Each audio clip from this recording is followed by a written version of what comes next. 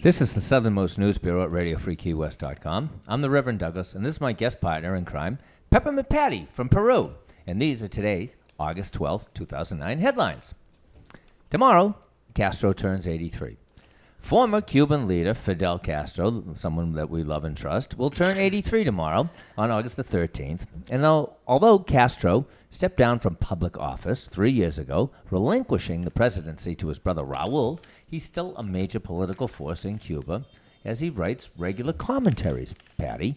And he writes these commentaries for the state-run press. Now, Brian Littell of the University of Miami's Institute for Cuban and Cuban-American Studies is quoted. How do you get a job doing that? I don't know. But he's quoted as saying, Fidel is not able to be involved in the everyday, today stuff anymore. That's his quote. It's still, I think, a partnership, but now Raul is the senior partner. That's end quote. The elder Castro ceded his office to his younger brother provisionally in July of 2006 after surgery for an intestinal ailment, and he officially retired from the office of the presidency in February of 2008. Fidel seized power, and we all know this, from Fulgencio Batista on January 1st, 1959, throwing the mafia and the gangsters out, and he ruled the island for 49 years. But in recent years, he's been secluded and seen only in photographs and videos, but he's acting as the communist political voice, and he's been in better than 250 columns of newspaper articles that he has written from his undisclosed place of seclusion. Now, President Obama has made efforts to improve relations by loosening restrictions on the U.S. citizens' travel to Cuba, but Castro wrote in April of this year, the adversary should never be under the illusion that Cuba will surrender. Castro remains close to Venezuelan President Hugo Chavez, and he works with the South American leader on strategies to stop U.S. influences in the Caribbean and to promote leftist government regimes in South America and Central America. This is a quote. He is laying out prohibition lines in the sand that Raul and successive generations must not cross. And this is that guy, Littrell, and he authored a book, After Fidel, the story of Castro's regime and Cuba's next leader. Dan Erickson of the Inter-American Dialogue in Washington summed Cuba's future up in this quote, though the prospect of his death still generates much speculation, and Fidel's death will be a multimedia event. It's going to be on pay-per-view. He will leave behind a Cuban government sufficiently equipped to weather his passing without major disruption. By living long enough to micromanage the Cuban transition, Fidel has outwitted even his fiercest enemies. August 13th, that's tomorrow, 2009, Fidel Castro will turn 83. Happy birthday, Fidel. And today, those muggers in Key West were arraigned. Thomas Reza, 17, of 3101 North Roosevelt Boulevard, is going to be arraigned today in the courthouse in Key West on charges stemming from a July 13th attack on City Commission candidate Tom Malone. That left Tom Malone unconscious with a broken jaw, missing teeth. And Reza, who was not able to meet his $75,000 bond, has remained in custody at the Monroe County Jail. And he faces a separate charge in another attack on Don Sullivan earlier that evening. Judge David Odlin denied reducing his bail for this other guy, Christopher Harris, who's 17. And he's alleged to be one of Reza's accomplices in the mugging and will remain in custody on $45,000 bail.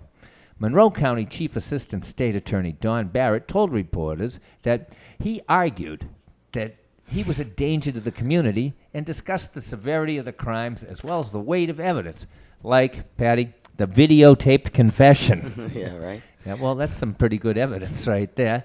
And then but Harris, he's a football player. This kid Harris is a senior at Key West High School, and he plays football in a starring role as a defensive back. Okay, and you can trust him with your keys, brilliant apparently. Attorney Barton Smith, in an attempt to persuade the court for a lesser bail, called on high school football coach Jerry Hughes to support Harris as a character witness.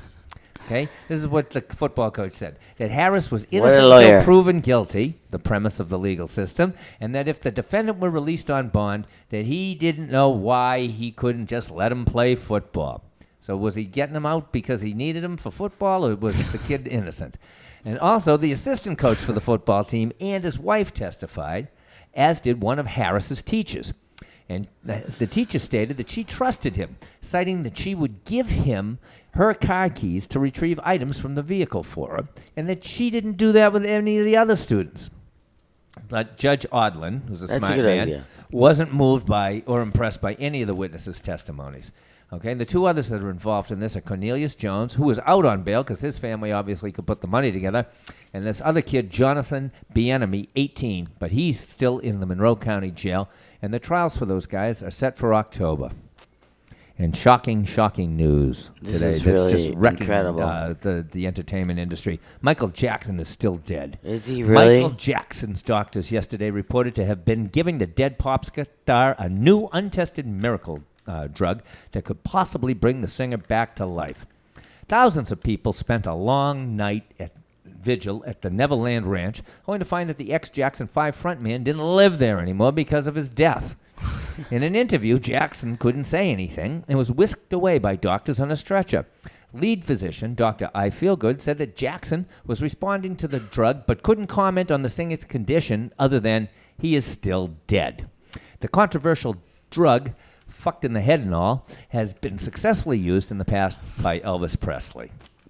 Can you imagine that? Elvis is everywhere. He was here earlier. Elvis was in the house. He was. He's and still there's alive. some theatrics going on tonight at the Key West Tropical Forest and Botanical Gardens.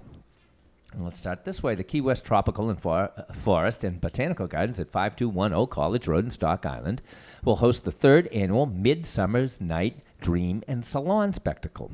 And that's going to be between 5 and 7. There'll be more than 50 entertainers, including poets, storytellers, card readers, painters, dancers, musicians, actors, fairies, who would know that in Key West. Fairies Nymphs, in Key West? who would know that in No Key way. West. Okay, and they'll all perform under the fantastic meteor showers that will adorn the Florida skies. And they're going to be headed with band leader Skip Krippitz and the Midsummer's Meteor Band. And the show is produced by Java Studios, and that's Michael Shields, who was formerly the president of the Key West Film Society. Admission is $10 for adults, and children under 12 are free.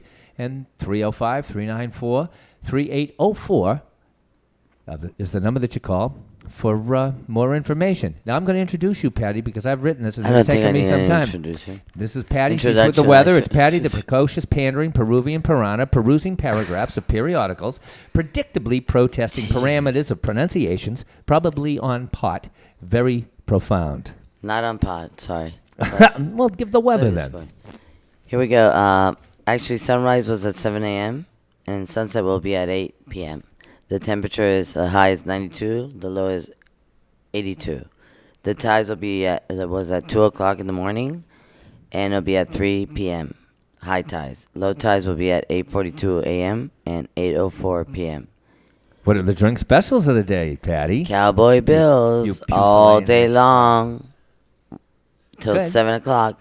$1 PBRs. Guy Harvey's Dollar Drafts all day, and 2-for-1 margaritas at the Bull. At the Bull, then and you when you're go down the Bull, upstairs, to the Garden of Eden, the Garden of Eden, and take and your clothes take off. your clothes off and hang Have you around. dared to watch who's And there? I guess that's what the special is there. That huh? is a special. Well, I'm the Reverend Douglas, and this is my Psychic for the day. my psychic hairdresser friend, Patty the precocious, pandering Peruvian, and these are the headlines today on August the 12th, 2009.